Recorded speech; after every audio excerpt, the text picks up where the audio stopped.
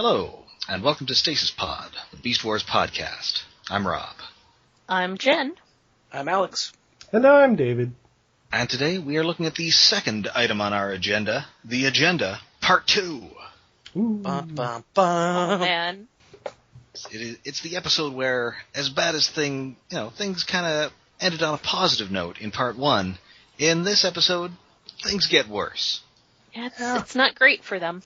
Yeah, the last episode could have been the series finale, and then this one could also maybe have been the series finale, but in a much, much more dire way. Yes, although, get ready for a really dire season finale next week. Yeah.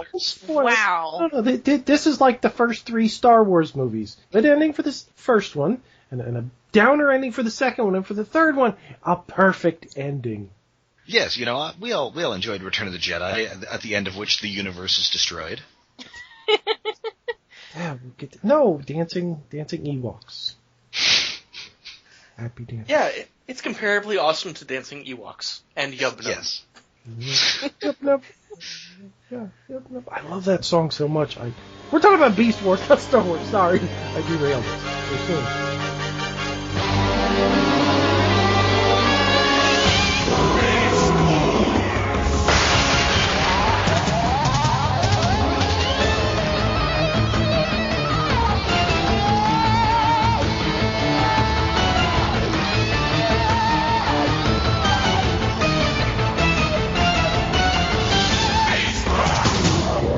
Yeah, this is Stasis Pod, the Star Wars podcast.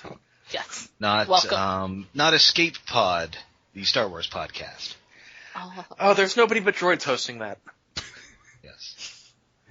And one of them just makes weird beeping noises. And yet, the entire audience seems to understand him perfectly. Yes. I don't get that show. And anyway, Agenda Part 2 has a serious recap. Everything is serious. Yep. Yes. We get to see the Tripreda's Council in that recap, which I appreciated. Yeah. Yeah. They got a lot of screen time. Gotta make use of those unique models we made. That's right, because we're never using them again. Sadly, no. They get one more appearance, or at least voice appearance. Yeah. So, as opposed to the somewhat cosmic opening of the previous episode, this one starts on a rather small scale. On a small scale with Silverbolt getting chewed out by Primal in his office. Yeah, it's in his captain's quarters. It's like an episode of Star Trek. It is like an episode of Star Trek. Literally. It's like we haven't seen the inside of his quarters for like a season and a half. Yeah. I'm just imagining Optimus on the intercom going, "Silverbolt, please report to my office." So it's like a family sitcom. His dad is grounding him. Pretty much. I mean, Primal is very paternal here. It's Optimus Primal, Bara, dad of the Axelon. It's the most mundanely leadery thing I think we've ever seen an Optimus do. Yeah. Yes, he's basically lecturing him for dating someone he shouldn't be, and it tells him to go to his room. Yeah. I mean, Primal is, he's being tough but fair here. Yeah, he even gives Silverbolt an out in case he's wrong, and Silverbolt just kind of guiltily looks down. Yeah. All right, Silverbolt, if you haven't been getting some Predacon strange on the side, please tell me, and we'll clear this hilarious misunderstanding up. I can't see Silverbolt being able to lie. No. No. That's demonstrably true at this point, isn't it? Yeah. It's just, it's weird that he's been able to hide it until this point. Well, bad. I don't think he had it hidden from Rat Trap. No. We noticed that, which kind of makes me wonder how he was he like spying on him, or? I mean, no, he just took a guess the last time after seeing it happen in the field once or twice when they were fighting.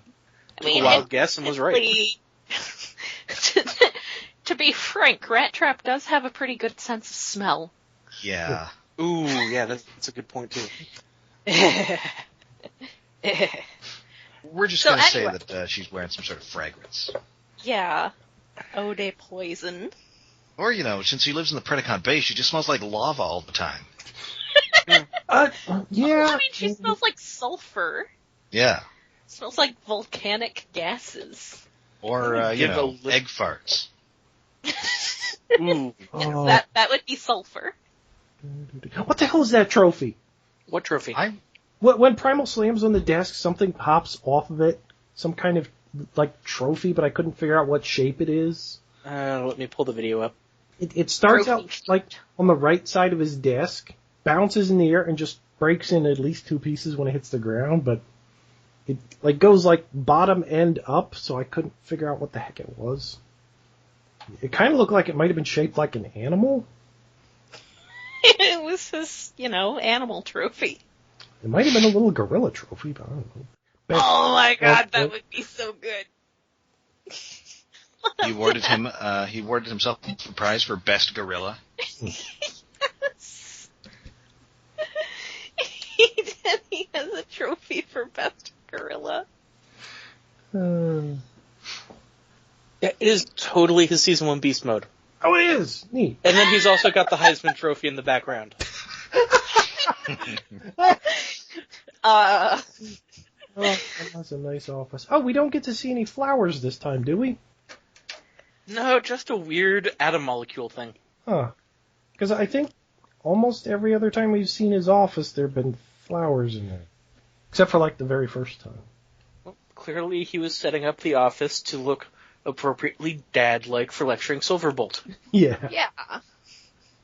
So he got out the trophy he gave himself for best gorilla.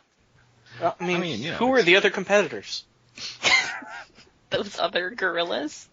Yeah, they were scanned and then did nothing else. The gorillas from the Cut episode. Oh. The greater ape. Yeah. No. Oh man, he built a little statue of that, gorilla lady who fell in love with him in that episode. Oh. Maybe he got a figure-print of his World of Transformers craft character. Yeah. Yes. Oh. I want to call attention to this scene's lighting. It's oddly warm. Like, I want to know what the glass in Primal's quarters is made of. Like, it's some kind of polarized or UV filtered or something. Yeah. I'm not sure what. I think almost every time we see it, it's like magic hour lighting. Like it's nice and warm, like a hint of pink in the background. Maybe it does polarize light somehow. I will say that, Chalk's acting in this is really excellent. Oh yeah, it's... Because he's doing It's somewhere great. between Captain Picard and a tough chief of a police department. Right, I mean, he's being a bit of a hard ass, but he is entirely fair. Yeah. You can tell he's disappointed in him and deliberately trying not to be angry about it. Yes. There's a part where he almost loses his cool and doesn't, and it's great. Yeah. It's just superb acting. He's got to be dad-like. And it ends with, go to your room. Yeah. Yes. So good. And I mean, he is kind of right about that. I mean, he suggests that, the Maximals want to go and get Black Arachnia. He suggests that he should go instead of Cheetor because she would just shoot Cheetor. This is probably true. Yes. Yeah. It's like, you could see it on Primal's face that, like, he's thinking, it's like, yeah, you're right, but you were wrong. What you've been doing is wrong. You're right that she's not going to shoot you, but you'll probably go and end up doing whatever she asks you to, like clearing rocks away from a thing. Yeah. Yeah. Also, I can't trust you at this point. So I Yeah. can't send you out alone. Yeah. I mean, that's basically what it was you're probably right, but I don't trust you to be the solution. His counter argument is just, I think I can bring her around. You've been trying to do that for like half a season, dude. Yeah. And Yeah. it's only worked in the context of what you do to her after you're finished kissing.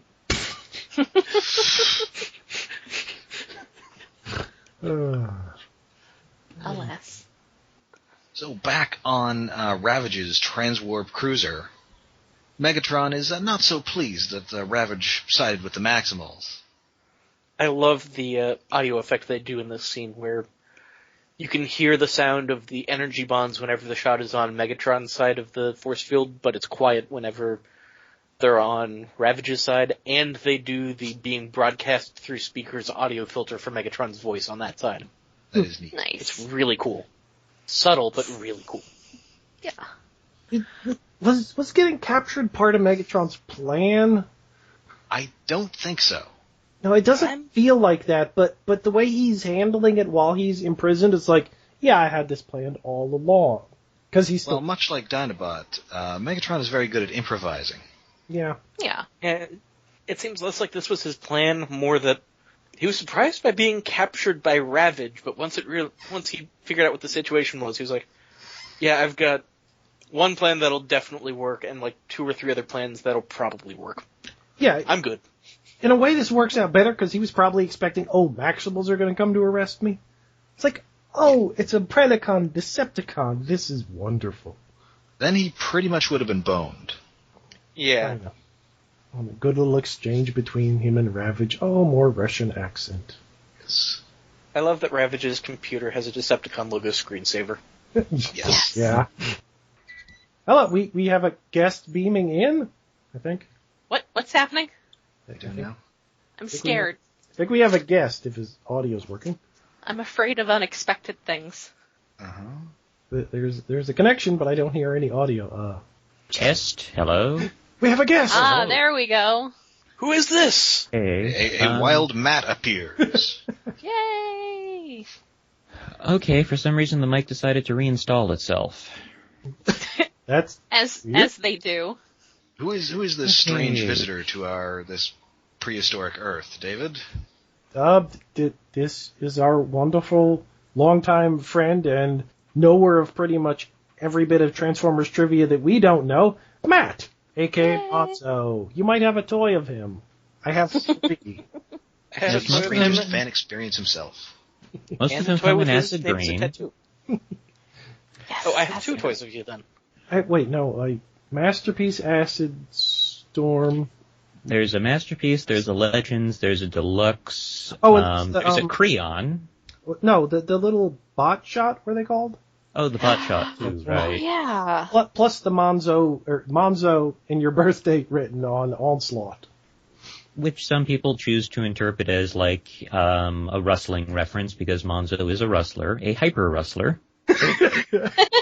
It's true. Well, Well, no, he himself is not actually hyperactive. It's just that's his designation, a hyper-rustler. which means he's a wrestler. Because it's space. Yes. Yes. Because that's how things have to be in the future. And by future, we just mean space. Anyway, I've been trying to get Matt on for quite a while, but scheduling has just been wonky. But now we have him for 2 of the best episodes of Beast Wars ever. They are pretty good episodes. Hopefully you've actually watched, Matt? Yeah, I did. Do you want the scripts for them? I don't think we have to go that far. But thanks anyway. Yes.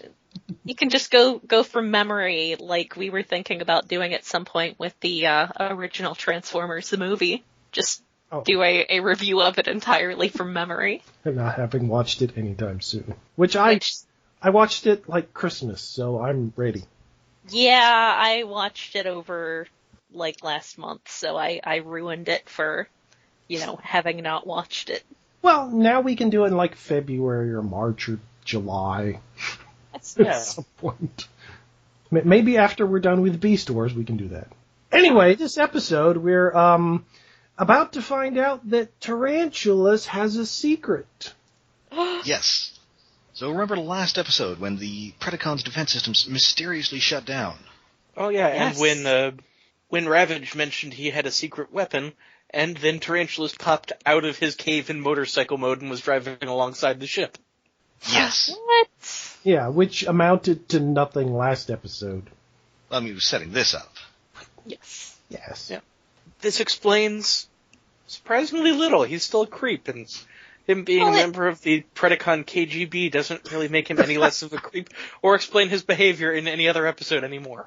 Well, no, it does. It does explain why he was so, easily swayed into just going off and doing his own thing and abandoning everyone else. Yeah, but, I mean, it explained him a bad spy because he was always doing his own stuff instead of just keeping tabs on Megatron. Admittedly, now they're lost on his crazy lost in time planet, so it's weird. Well, they said he was a member of the Predacon Secret Police, not that he was like the best member of the Predacon Secret Police. Yeah, he seems more like an asset than an agent. Yeah. Yeah, he was probably turned because he was hyper crazy. Like, he's the slightly shifty informant who they have to pay off. Yeah. Yeah. And not in money, but in bizarre technology. Yes. So yes, he shows up on a screen and cackles, as he does. Yep. Yeah, and Megatron calls him a mole, but he's actually a spider who's acting as a plant. Oh, that's inconsistent, man. Well, wait, tarantulas live underground, though. They don't spin webs. So That's true. That's like a mole. Yeah. Yeah, but through this entire show, he's been spinning webs, is the thing. Well, maybe he doesn't know a lot about spiders. That's a fair point. I mean, this is possible because he's clear, despite being named Tarantulas, he's clearly not a tarantula. And he intentionally made Black Arachnia a Black Widow, so yeah, he really probably doesn't know shit about spiders. Well, that could just be that he's, into kink. Well, yeah, that's true. But not really into the rules about kink of being safe and sane. Well, yeah. I mean, he's obviously not the second, so he might as well not be the first. Yeah. But so we can all conclude that he is definitely a spider plant. Yes. So now, Ravage's ship, thanks to the battle, is out of juice, which seems like poor planning on the part of the Triprigus Council. Yeah, you'd think they could have, given him some more fuel. Maybe an extra gas tank. Maybe that would have ruined its stealthiness. Maybe the idea was they wanted to get rid of Ravage, too. He is kind of a liability. You would think he would be a little angrier if that was the case. Yeah. He might be upset about that. I mean, you know how it is working with old guys. He's probably, I don't know, always using anti-Autobot racial slurs. But the Predacons would be okay with that. Well, not officially. Yes. No. Yeah. Maybe he just went on a joyride on the way there and... Oh. He really shouldn't have stopped to see the biggest ball of twine in Alpha Centauri. But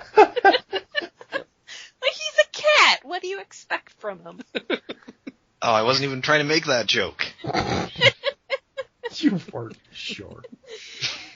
Well, with Ravage's ship in specific, I feel like either Forward or Detilio or somebody said that to save on resources, it's like maybe not a reskinned, but like a parts shifted version of the Predacon ship.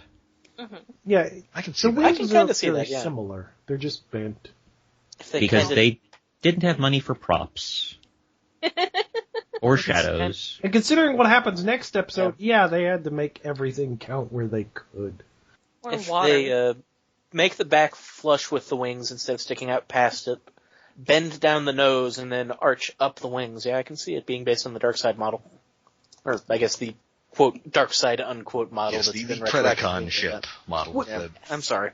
Which does lend credence to our thought last time wondering whether the ship that Megatron stole in the first place was Maximal or Predacon.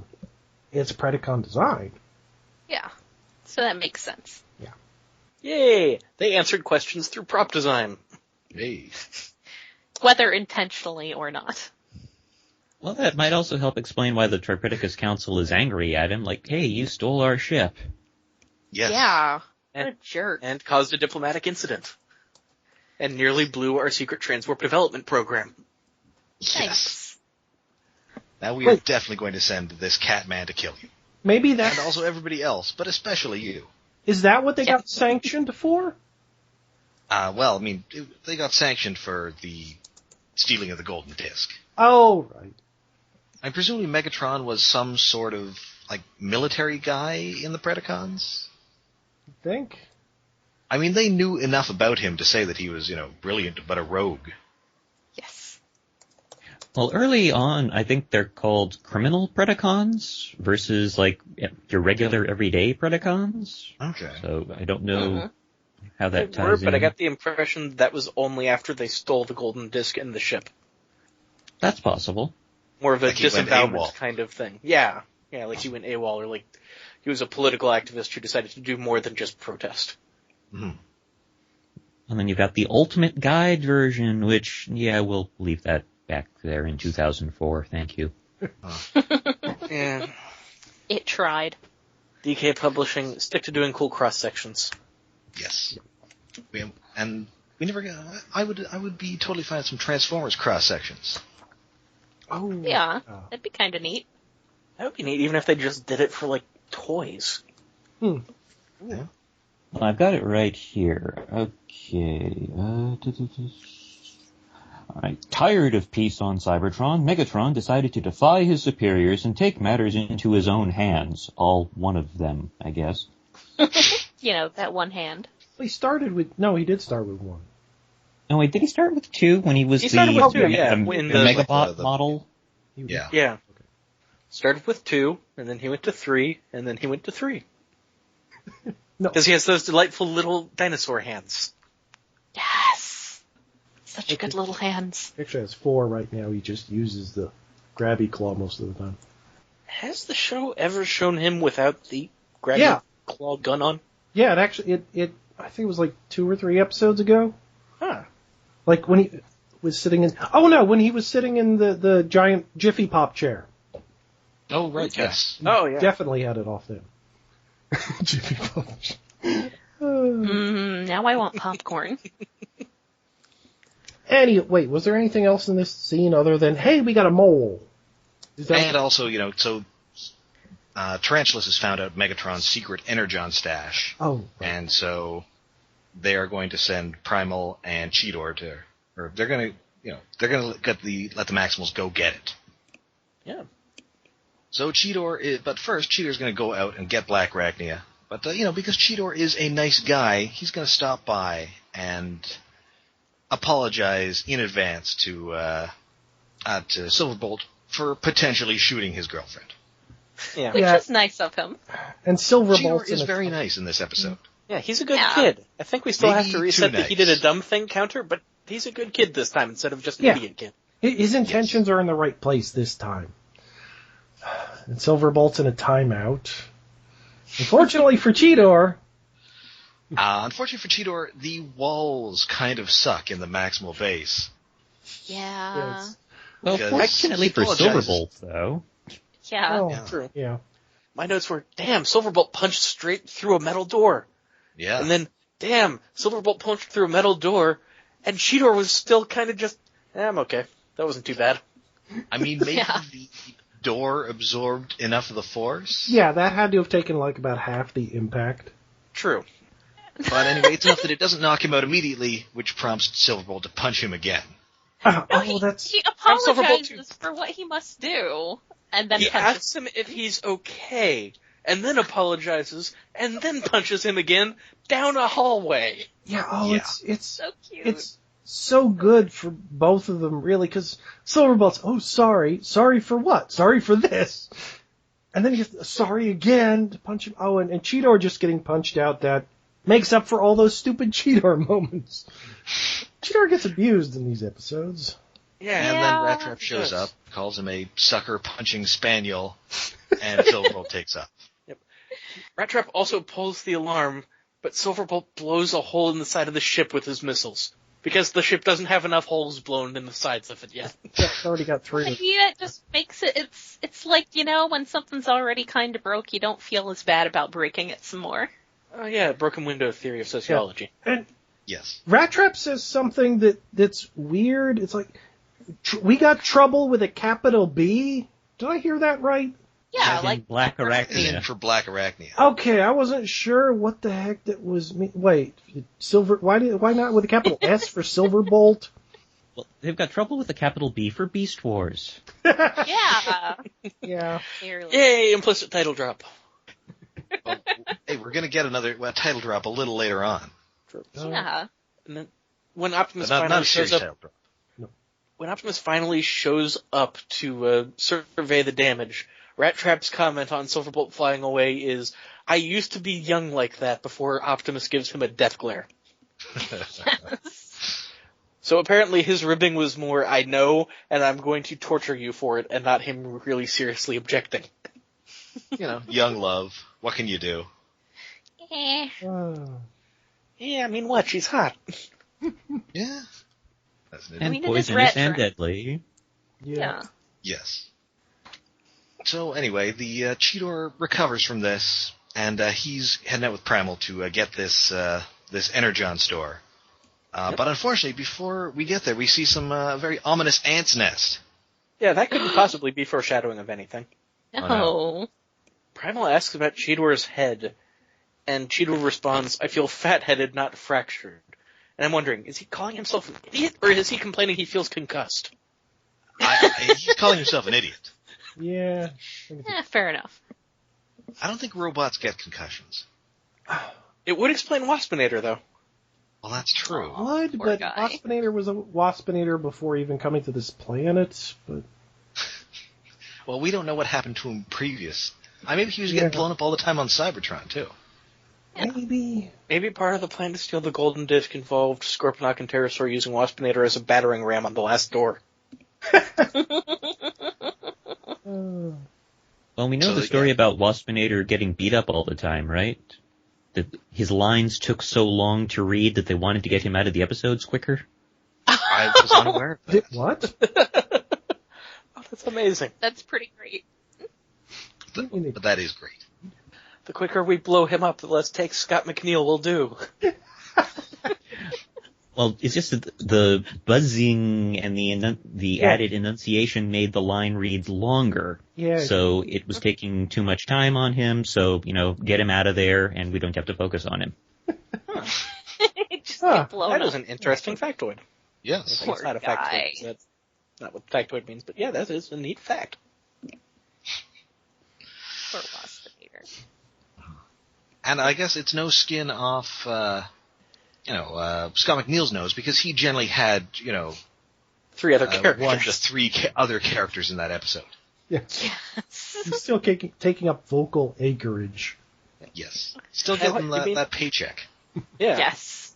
Possibly paychecks.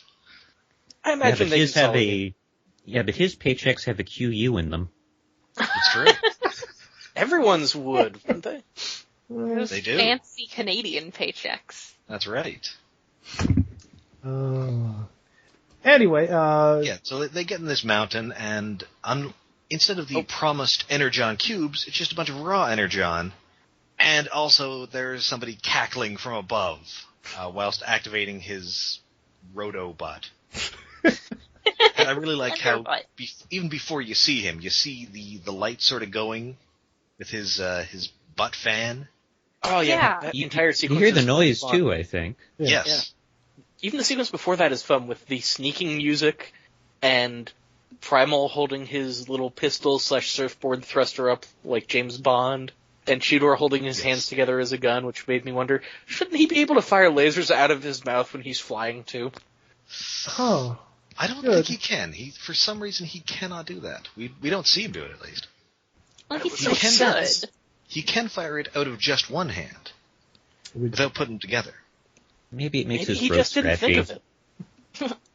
Yeah, maybe it doesn't work when his brain is also in there. Gives me a headache. Transformers are complicated. Yeah. I love His Cheetor consciousness seems to be in his head when he's a cat. Mm-hmm. True. So maybe that doesn't work when his consciousness is there. He can't fire energy out of it or scramble his brain. His consciousness is in the cat. Brain modules move around in Transformers. Are we sure his brain isn't already scrambled? Well, it just isn't cooked yet. He was punched twice within the past half hour. Cybertronian's decision-making abilities aren't fully formed until they're 25,000 years old. True. Yeah, there you go. I also love Cheetor complaining that he should have known better than to trust a dog because he's a cat. Yes. Yes. Yeah.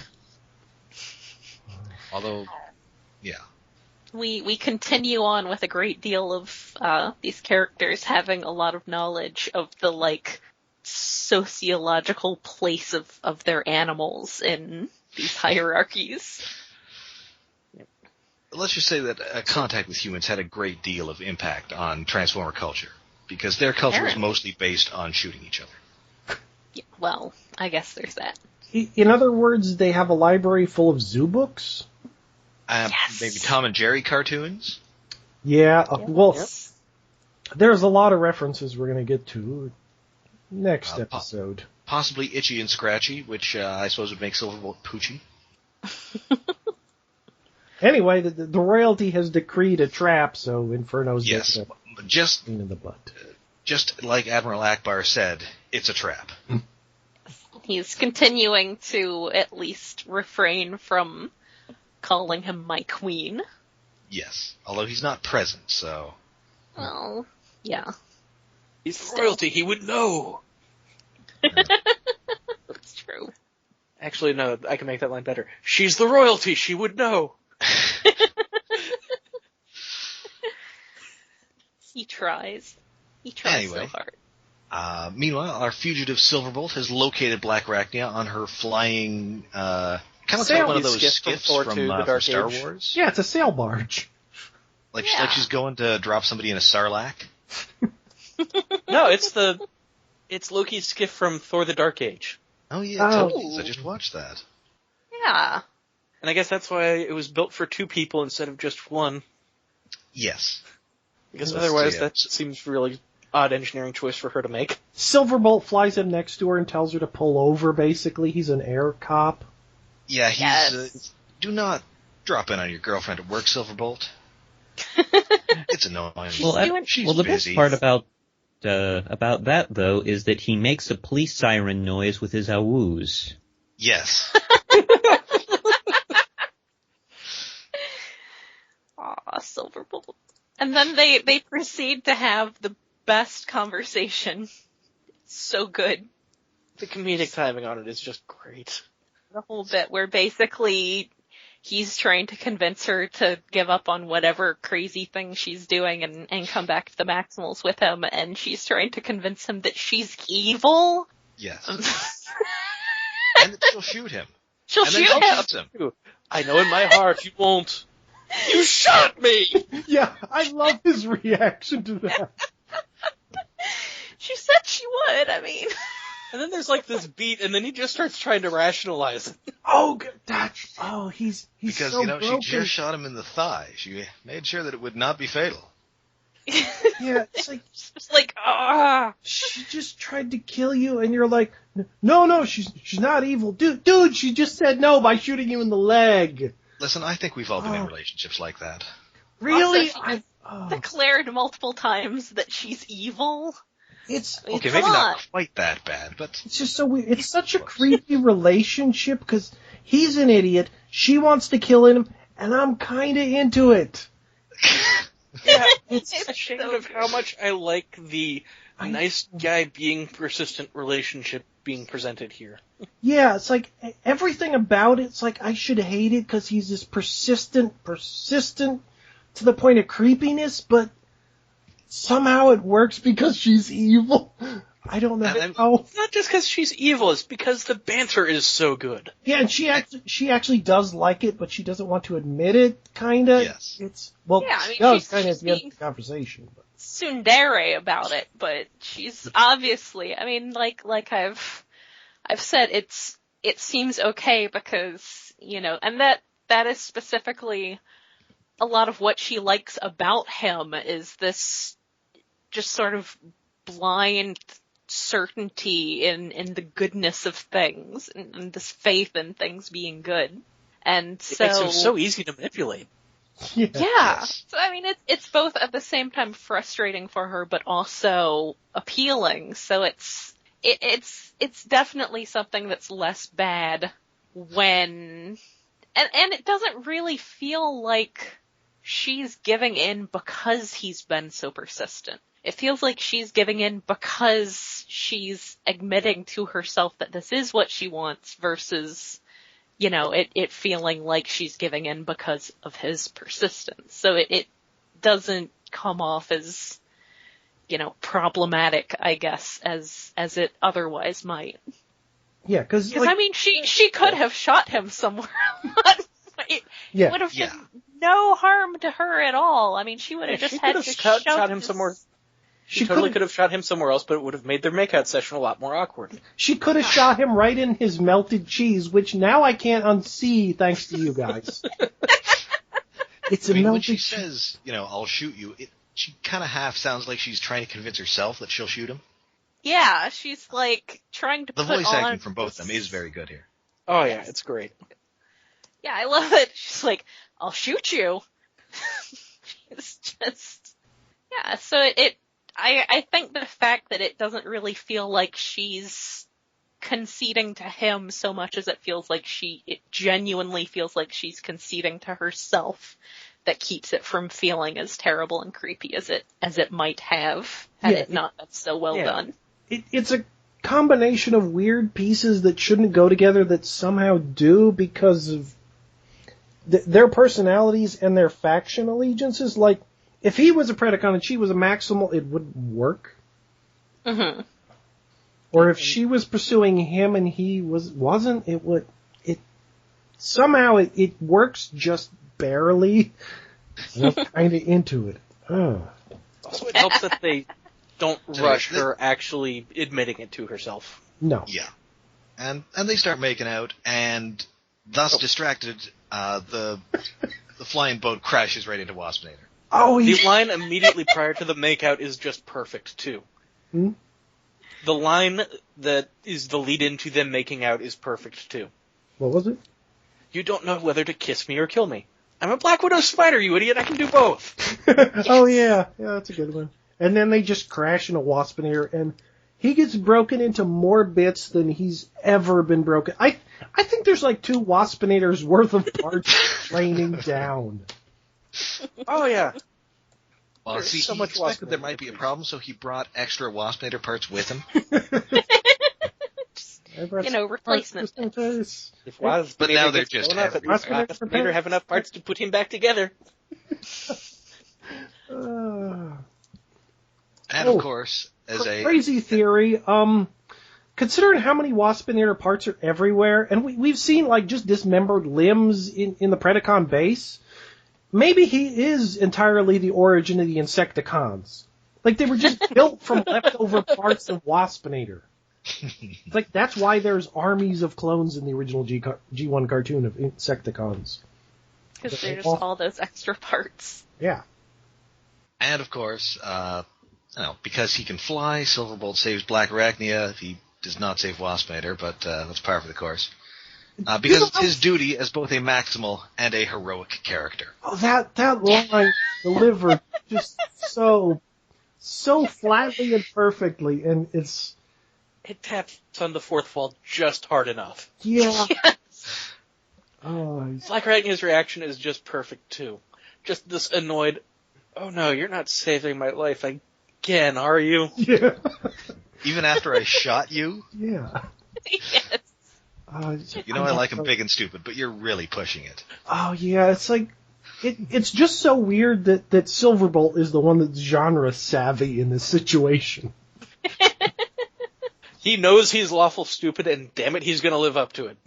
Yeah. Anyway, back at the not actually Predacon Energon storehouse, Energon's Inferno is starting to suffer from Energon radiation. So he does the most Inferno-y thing possible. He just kills himself. He burns himself to death by setting the Energon on fire. It really is the most Inferno thing ever. Oh, and cackling. Spoilers He's cackling. And we just see him disintegrate. Completely. Oh yeah, he's atomized like a villain in Dragon Ball Z. His molecules are blown to the 4 winds. To the next dimension. Yeah. We see his face warping before that happens too. Yeah. And well, they said, after they came back from the end of season 1, and Hasbro dictated that they kill off Pterosaur and Scorponok, I don't remember whether it was Larry or Bob, but they basically said that at that point they decided at the end of the season to kill them all and let Hasbro sort them out. So they would just make it give a passable death to all the Predacons, and whoever Hasbro said came back the next season just happened to survive it somehow.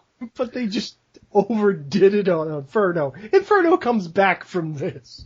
Yeah, I Yeah, will say, Inferno doesn't get a whole lot to do in season 3. This really should have been it for him. Yeah. Yeah. Like, It's we such see an the awesome disintegration death effect again later in the episode. It is definitely disintegration.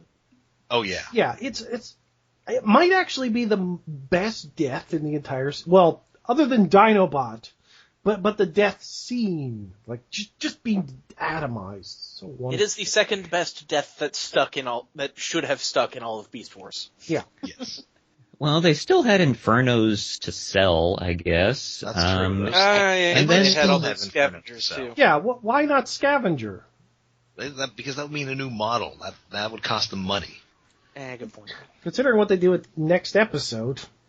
Yeah, Inferno Inferno blows gets up. amazing. Ravage is mad about this, and Megatron somewhat fairly points out that you're going to kill us all anyway, which is true.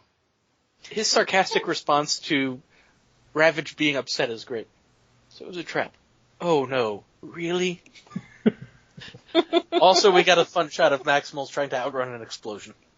Yes. Yeah, well, yeah, we haven't had that in a while. That's always nice. Kind of works. Yeah. Yeah, they fly away successfully like it's a level in Star Fox. Oh, and then we get a history lesson. Yeah, so Ravage is just sick of Megatron at this point, and he is just going to kill him.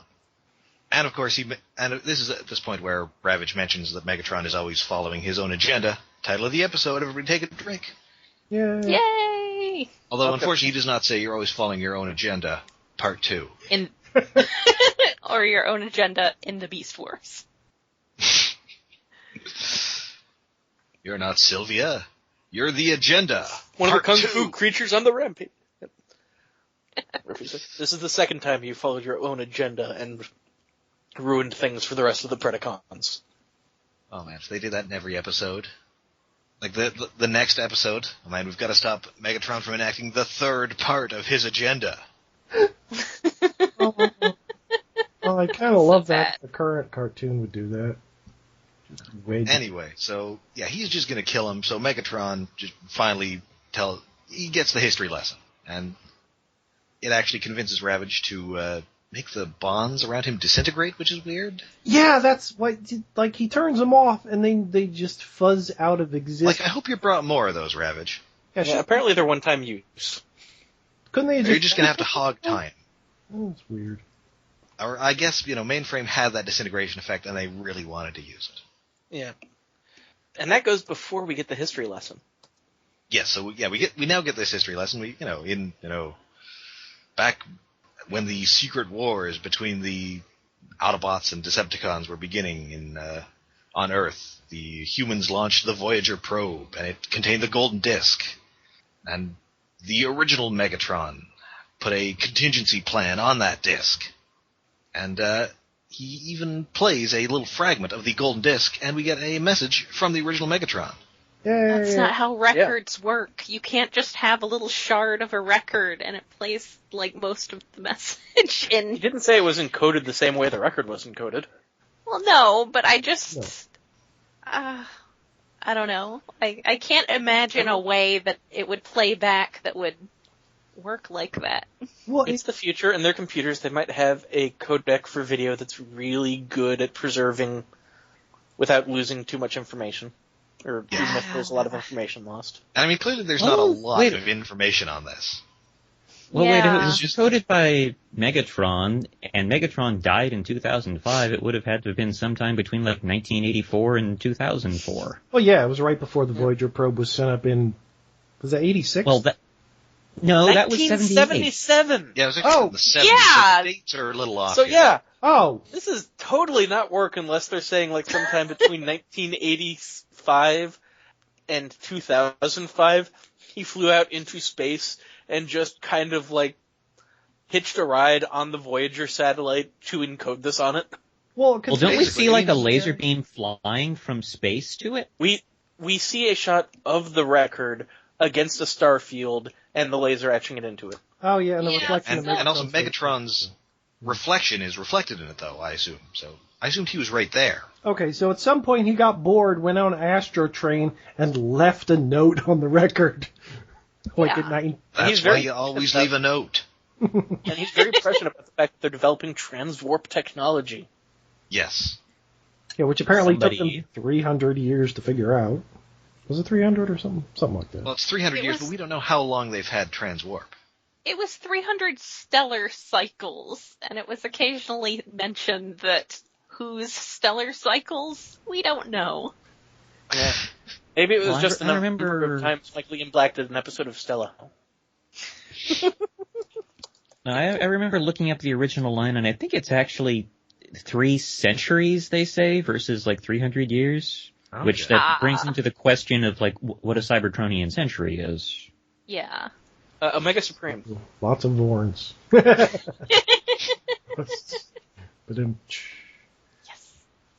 Anyway, so Megatron tells Ravage not to listen to Megatron, to listen to Megatron on the disc. Yes. He phrases it, I'm not expecting you to leave me. It did sound a little bit like Gary Chalk, yeah. I mean, it's a decent Generation 1 Megatron impression. Yeah. There were tones in there that were pretty dead on, but yeah. As a whole, it was little Megatron chuckle. It's pretty good. Passable. It sounds kind of Starscreamy to me. It did come off a little Starscreamy, too. Well, the problem is G1 Megatron isn't that great of a voice, really. Yeah, I mean, he Frank really improved on it. Megatron. He really improved on it for his Transformers Prime Megatron. Yeah, G1 Megatron was just kind of Frank Welker if he went out and smoked 6 packs of cigarettes before recording. Yeah, it's kind of weird that he was doing an old man voice then, and now he's a lot older. And he sounds less old now that Frank Welker is actually an old man. I know, and it works better. Well, he's not trying so hard. Well, it's not like he could have just used his Freddy voice for Megatron. I kind of want to hear that, to be honest. That would have been great. No, he Let's had to split up and destroy the Autobots, gang. I mean, they did both love setting traps. I want Megatron to start wearing an ascot. Yes. Well, and then we've got a story about the I think it was either Bob or Larry who wanted to get Frank Welker for this and even offered to drive over to their house with a tape recorder to get it. And Welker it was either a money issue or maybe it was a union issue. But, he couldn't do it. Very likely. Yeah, probably union. I know he was always just having time issues because his schedule was so packed with, having to bark at things. Voice every animal. I'd love to help you, but I need to do some zebra noises for Animaniacs in 10 minutes. Yeah. There was recently an erroneous report that thanks to The Force Awakens, Harrison Ford is now the top-grossing actor of all time in Hollywood. No, it's Frank Welker. Still Frank? Always Frank Welker. In the money it's made, it's going to be Frank Welker for a long damn time. I mean, I'm vaguely surprised that Frank Welker isn't in Force Awakens. Yeah. Yeah, well, you get, Muppet guys maybe to do background voices there. Oh. Or, Simon Pegg. Yes. Yeah. And then I think Chewbacca is like blended animal noises. Yeah. But Welker could probably do it. Yeah. I mean, he did the roars for the lions in The Lion King. And yeah. I wouldn't believe that either if there wasn't video of him doing it with the assistance of a trash can.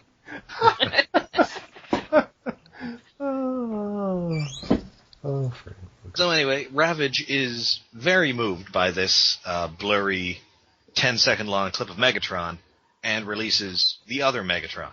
Well, he's technically following orders too. Yeah? Yep. He's only supposed to do that to Megatron if he's still following his own agenda, and he's not. Yeah. He's following Megatron's agenda. That's right. Which is confusing, but bear with me, we'll explain it. Yes. So back at this mountain, Blackbeard and Silverbolt have found a bunch of rocks. Well, first we get to see Waspinator as the bride of Reanimator. Yep, just dragging himself around on his hand. Yeah, his head. Yes! Muttering to himself. Oh. Poor guy. Oh, the scene with the disc just makes me want a Masterpiece Transmetal Megatron so bad. Oh, Really so bad. much. Yeah. Oh, well, we're getting Primal. Well, season 1 Primal, so we'll probably get season 1 Megatron, but That would be the wrong choice. it would be. I'd still buy Just it. need one that doesn't break in half, and that can have an extra hinge in its thrusters so they can flip around so it can fly in robot mode. Yeah. Yeah. Maybe actually working wheels on his rollerblades. Oh, that. That'd Oh my god! Extra What if they record player attachment for his gun. Oh, yes. What if you could actually make him a remote control vehicle? I don't. Or like one of those quadcopters. That would be awesome. I was you just crash thinking into on like a roller break in skates using half. the boost, but yeah. Yeah. Alright, Oh. so, yeah, they find that somebody has dug a tunnel into this mountain and then blown it up. And judging by the little scrap of metal with a very convenient Predacon symbol on it, I guess that was Megatron. At first, when I was watching this, and maybe when I was watching this for the first time too, I was like, she seems really sarcastic. Maybe this was Tarantulas. Wasn't this the thing they blew up in the previous, a few episodes ago, where Tarantulas was disguising his lair? It does look like that, but it is not It's quite a different that. one. Yeah. Yes. Yeah, because that wasn't actually at a mountain. That was sort of more at like a small It's like a base. cave. Yeah. Was it like a step? Yeah. And so, they're moving rocks around. There's a bit more flirting. Yeah, Black Silverbolt Dragon hilarious. Shoot he him in blows vital up circuits this time. Is this where he blows up the rock? Yes. With his missiles? Yes. No, He claims stand back citizen and then blows it up with his missiles, which just causes more rocks to drop down. He And just he very stoically stands there while little rocks ping off him. Silverbolt goes maximum heroic hero, like out of a superhero movie, like he's being Superman. He Well, says it's a cross stand between back Superman and the Tick. Yeah. Yes, it's very the Tick. Yes. Yeah. He's like the Tick as a romantic lead, which is kind of great. Yeah, I Wasn't can that see the that. plot of Seinfeld for a while? Well, that is true. Anyway, so Optimus and Silverbolt Cheetor, would say knife instead of spoon. Yes. Yeah, Optimus and Cheetor, they've had a rough day. They're coming back to the Axelon, and, they check in with Rat Trap, see how things are going. And, he's got some good news and some bad news. The good news is they don't have to deal with Ravage anymore. The bad news is that's because he switched sides. Yeah. Oh, and Primal and Cheetor fly over what kind of looks like Niagara Falls. They're flying back to the Maximal base. Yeah, there are a bunch of falls around it. Yeah, but the way it was divided, it reminded me a lot of Niagara Falls. Oh, yeah, yeah. Oh, yeah, that's fair. And Well, granted, if you think about it, they still have to deal with Ravage. I mean, that's not really a good news component. No. No. It's a very esoteric good news. They just don't have to be nice to him. And the even worse news is Ravage's ship flying into frame from behind them with Megatron standing on the nose of the ship. Admittedly, it can cloak, so it could have gotten that close. But for it to hover up right behind them and them not notice while it's visible, It's very quiet. yeah, it makes for a really good scene. Yeah, I'm entirely willing to forgive the implausibility just for how cool it looks. Yes. And they flee. Primal's gorilla mouth goes incredibly wide, and it's hilarious. Oh yeah, that was amazing. You can see his tongue. Yes. Yeah. I don't think he even had a tongue in his gorilla mode before now. No, not before, but now he does, and it's cute. They finally figured out that gorilla face that used to creep us out. Yes. And then we get a shot inside the cockpit. Oh. Yep. Ravage yells, Decepticons forever, Transformers making the old Transformer noise, into a giant cassette, and goes into his ship's tape deck.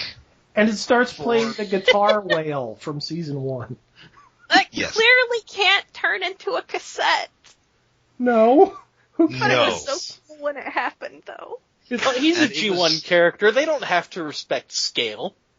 Or size I mean, or he used to be, volume. a life-size Jaguar who turned into a tiny cassette, so... And he still is just one that walks upright now. Yeah.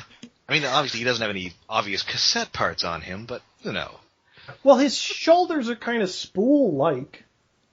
So, it's not that off, but whatever. Anyway, much like the Welker impression, apparently that was supposed to play the Transformers theme song from the old Ah. Yeah. I But remember hearing that. that was also a money thing. I think the guitar whale works better. It does. It definitely works better for the moment. Yeah. And, I mean, for the most part, the original G1 cartoon theme isn't very good. I mean, I've never really liked it. No, It's especially- more on the 60s Marvel Comics cartoon adaptation side of things, really. It's fine. It's just it wouldn't work in that short of amount of time. They needed There's- to get Instruments of Destruction. Oh, that would have been great. Although, also, not a good song. You shut up. That's my favorite song for the soundtrack. Wait, better than Dare to be Stupid? Dare to be Stupid is more fun, but Instruments of Destruction just instantly makes me think Decepticons. Dare to be Stupid is kind of out of place on that album. Yeah. In that it was only put on that album because they went to Scotty Bros and went, okay, what can you put on the soundtrack album? Yeah. Oh, have I got a song Well, for you? it's probably out of place because it's the best song on that album.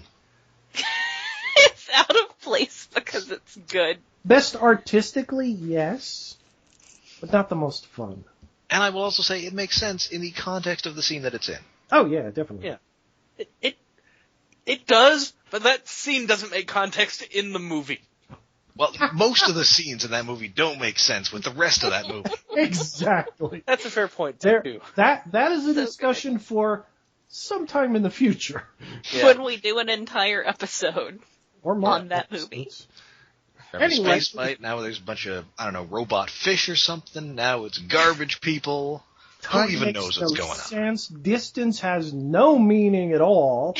Anyway, And also, while the G1 cartoon theme isn't very good, the lion version in the movie is. line version I do like that version. it makes it respectable. Anyway, while guitar wails are going on and Ravage is rocking out in his spaceship, Megatron just starts to laugh. Yep. Wouldn't you in his place? And then the ship sure. starts to fire, and we get to be continued. Dun dun dun. I think with a three-parter, it's easy to have, just sort of setting stuff, sort of dealing with the stuff from the first part and setting up stuff for the third part, which this does, but it manages to make it very exciting. Yeah. Yeah. Oh yeah, this is, to borrow a term that J. Michael Straczynski used when writing Babylon 5, a crowbar episode. In that it's the writers basically taking everything you knew about what was going on in the series to this point and smashing it with a crowbar. It's so wonderfully smashed because it's Megatron having fun and Ravage just instilling us with G1 happy feels. Tarantulas is in the Gestapo. Well, I did like the callback during the Inferno scene to him having that energon build up because he was in robot mode too long. Which Oh, that was great. I Yeah, love which that they remembered that was a thing that used to happen. Yes. Yeah. Didn't happen for a while, but now it's happening. well, and it made sense for Inferno since he Yeah, we wasn't a only have transmetal. Yeah. Yeah. We only have so many non-transmetal characters who that would happen to anymore. And Rhinox is kind of a homebody, so.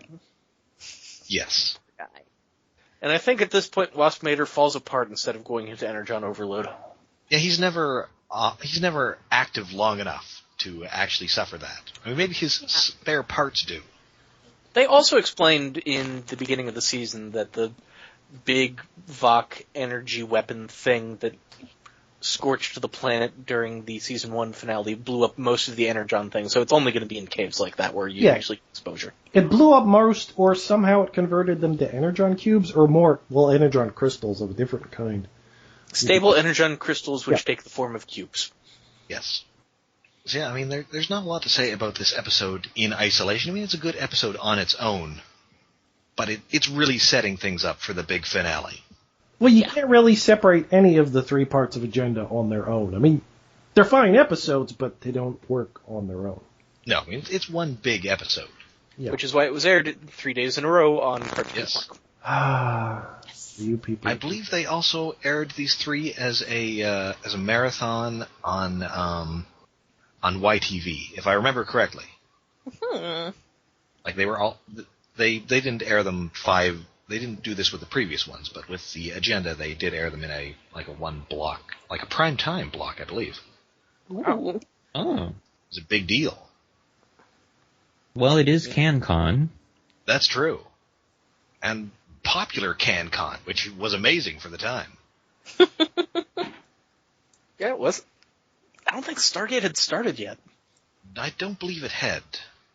And I vaguely recall at the time that this was maybe their top program on YTV. It was either this or maybe Reboot, which was or also reruns CanCon. of Reboot. Yes. Reboot was basically always in reruns. Okay. Stargate started this same year, and it was still on Showtime. Oh.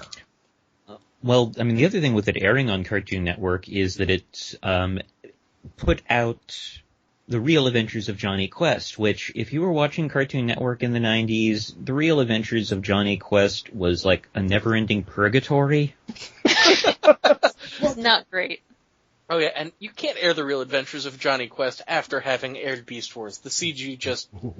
Oh, Like, that's... it would be like watching Transformers Prime and then trying to put Beast Wars in its time slot. As far as... No, it would be worse than that, because Beast Wars still holds up from an acting Yeah, that would standpoint. be like airing Transformers Prime and then Voltron, the Third Dimension. Yes. Yeah. Which I feel like was the same company that did The Real Adventures of Johnny Quest. Possibly. Oh, I can believe that. There's similarities, at least the creepy, uncanny valley of the people. I will kind And of the defend writing a couple having of those no episodes with Ezekiel Rage. Yeah, but Ezekiel apart from that, you Rage- can basically keep The Real Adventures of Johnny Quest. Yeah, Ezekiel Rage was at least an interesting character. The rest of the show was crap. Also, those episodes usually didn't have a lot of the CG in them. No. Yeah. Whereas the other recurring bad guy, whose name I cannot recall, but I'm pretty Jeremiah sure it's Frank Welker. Surge. That's the one. Yes. And he was played by Frank Welker because in his first appearance he made a reference to the Quest family interrupting him watching Scooby-Doo. Of course. Oh god. And his episodes had a lot of the CG, and thus they were terrible. Yeah. You know the best part of The Real Adventures of Johnny Quest? The fact that before they premiered The Real Adventures of Johnny Quest, Cartoon Network did a marathon of every episode of Johnny Quest made prior to The Real Adventures of Johnny Quest. You know what the worst part of The Real Adventures of Johnny Quest was? They started airing Real Adventures of Johnny Quest. They started airing The Real Adventures of Johnny Quest and said that they were retiring the old episodes permanently. Oh, which the old episodes aren't great, but some of them look pretty damn good. Yeah, they're good Hanna-Barbera non-comedy animation, which is to say that the animation itself is cheap, but the drawing is good, and Alex Toffey. Oh, Alex Toth, Yeah. it's anything magical. I was just going to say the best part of... Sorry, go ahead. I was going to say that my Johnny Quest is the one with the 8-foot rock golem. Oh, Forgot. he was great. I loved him. What was his name? Hard Rock. Ah, yes. Ah, He could be a G.I. Joe character with no changes. I don't know.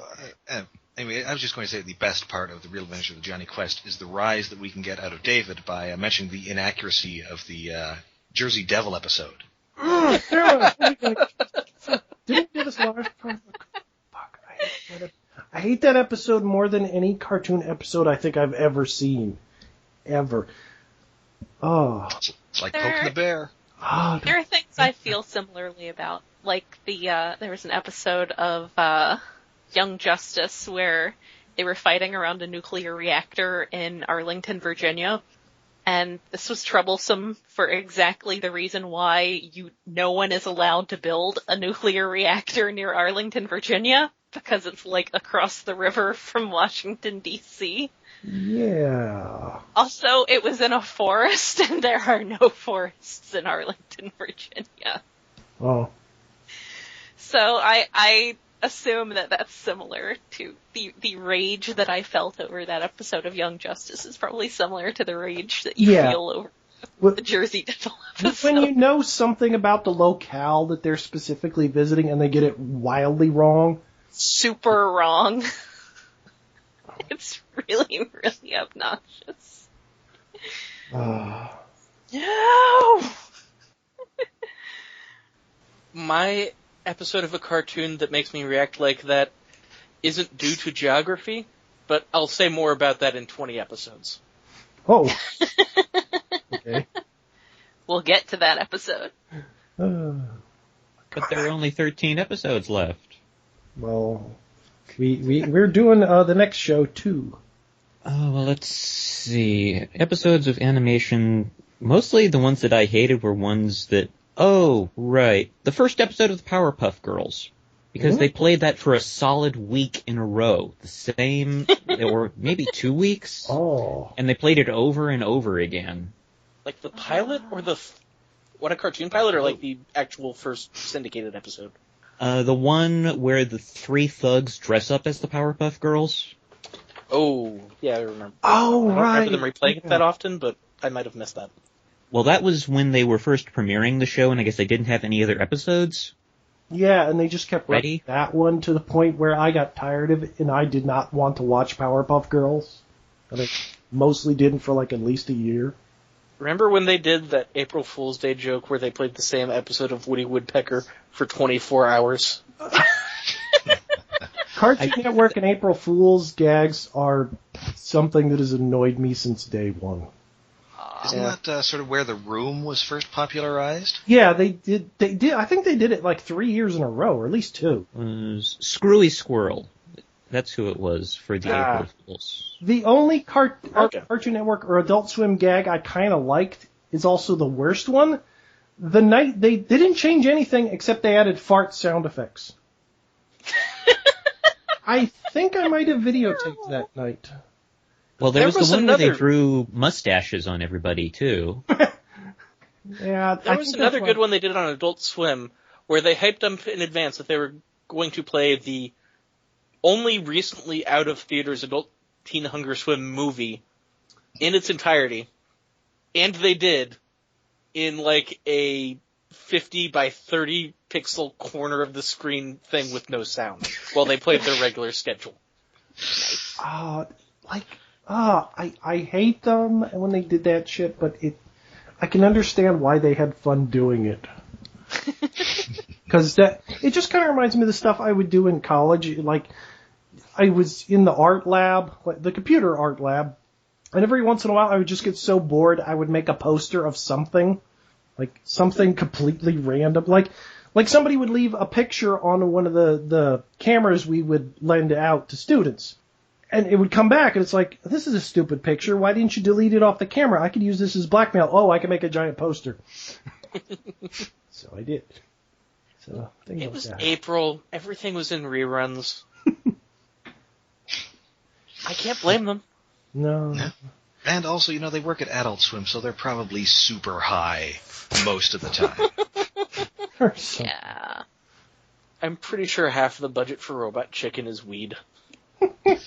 Yeah. Well, the other half is getting Frank Welker for a couple episodes. I don't know. I mean, Welker probably doesn't have to charge that much. It's like an economy of scale. I guess. I mean, he probably does have, a Scrooge McDuck-style money vault. He probably also has the same thing Don LaFontaine had in his basement before he died at this point, which is just a recording studio. Oh, yeah. Well, I think, don't most voice actors kind of have that? I don't know about most. Well, most of your big name ones. I was like, I know. Quite a few of the ones who do anime, like, they have their own studio in their house, or they actually run a studio for other voice actors. Oh. Like, Sinterklaas Hank? No, Dean from Venture Sinter Brothers? Nicholas. Yeah, he's a voice Michael director. Dean Venture. Yeah, he does that quite a bit. Well, yeah, I think they record Venture Brothers at his studio. Or at least they record the New York-based actors, which is basically him and Jackson and Doc. Well, and what about Urbaniak? He moved to L.A. Oh, he did? Yeah. I did not realize that. He's showing up in all sorts of stuff. I just rewatched that first season of Agent Carter, and he shows up in the first 2 episodes as, surprise, surprise, an unethical scientist. Oh, right. Typecasting. I mean, if you need somebody to play an unethical scientist, he's the man you call. He's even doing that on Law and Order. He's done that on multiple Law and Orders. Anyway, so did we close the episode or No, not yet. We haven't closed the episode. This is still digression. Cartoons. Oh, okay then. I guess we can cut this out or whatever. So make it extras for the credits bonus content. Yeah. Yes. Anyway, let's sign out so I can go to the bathroom. All right. So that will do us for this episode. But remember, until next time, you can find us on Twitter at @StasisPod, on Tumblr at stasispod.tumblr.com, and on Facebook at facebook.com/stasispod. Did you say And Stasis Bob? Maybe. You did. That's actually our reboot podcast. That's a reboot pod. And you can- Yeah, Reboot podcast? covering all 3 seasons of Reboot. Yes, all 3. Technically, there's a 4th. We don't count that.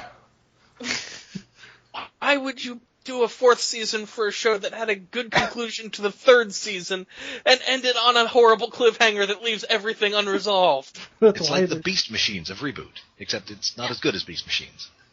Yeah. And Anyway. our RSS feed is hosted on iaconunderground.net. And if you prefer, you can also find us on iTunes, and while you're doing so, rate and review us. And we'd love to hear about you otherwise, so we'd love you if you wrote into the old Maximail bag at stasispodcast@gmail.com. Tell us, if you're Canadian, how did this air on YTV? Yeah, we would love to hear memories of that. Yes. How exciting was this when it aired? It was pretty exciting for me. The next part, super exciting. Yes. Oh, That is the 3rd item on our agenda, the agenda part 3. And you know it's serious because they switched to Roman numerals. Oh man. Yeah, that's kind of... Oh, I'll have to remember to do that for the episode. So until next time, I'm Rob. Keep your electric eye on me, babe. I'm Jen. I don't have anything clever to say. I'm Alex. I'm still here. I'm Matt. It's my first time here. And I'm David, and I can't think of a David Bowie line.